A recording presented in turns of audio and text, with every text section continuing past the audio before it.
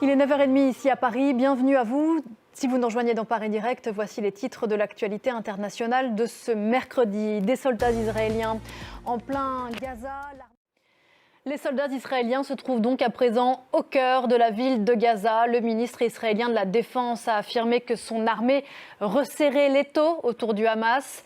Le nord de cette bande de Gaza qui subit toujours des frappes, alors que le Premier ministre israélien Benjamin Netanyahou rejette tout cessez-le-feu tant que les otages n'auront pas été libérés.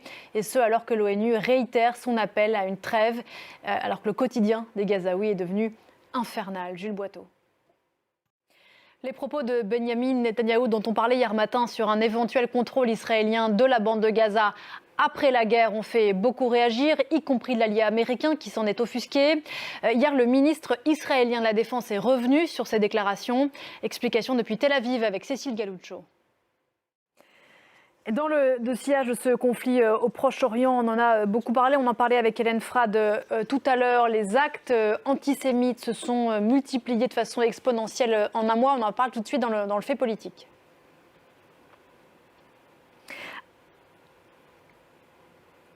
On en parle avec vous, Flore Simon. Bonjour Flore. Bonjour Pauline. Et dans une tribune publiée hier dans le Figaro, la présidente de l'Assemblée nationale, Yaël Braun-Pivet, le président du Sénat, Gérard Larcher, qui sont de deux partis politiques différents, appellent à l'organisation d'une grande marche contre l'antisémitisme ici en France, à Paris plutôt dimanche. Oui. Et lui parle d'ignominie que cette procédure qui le vise. Merci beaucoup Flore, c'était le fait politique. À la semaine prochaine. On reprend le fil de l'actualité internationale à 9h44 ici à Paris avec un G7 qui reste uni dans son soutien à l'Ukraine. C'est ce que disent en tout cas ces pays membres réunis à Tokyo ces dernières heures. Leurs ministres des Affaires étrangères ont réaffirmé leur volonté de continuer d'imposer des sanctions sévères à Moscou. Quid de la solidarité européenne? La Commission doit rendre son rapport annuel sur l'élargissement de l'Union à plusieurs pays candidats, dont l'Ukraine. Gaëlle Giordana. On prend la direction des États-Unis à présent, où les habitants de l'Ohio semblent avoir tourné le dos aux républicains, pourtant à la tête de cet État, appelés aux urnes hier mardi sur de grandes questions de société. On parle du climat à présent, des pôles et de la montagne qui subissent de plein fouet les effets du dérèglement climatique. Ce mercredi s'ouvre à Paris le One Planet Summit consacré à la cryosphère, c'est-à-dire aux glaciers et aux pôles justement.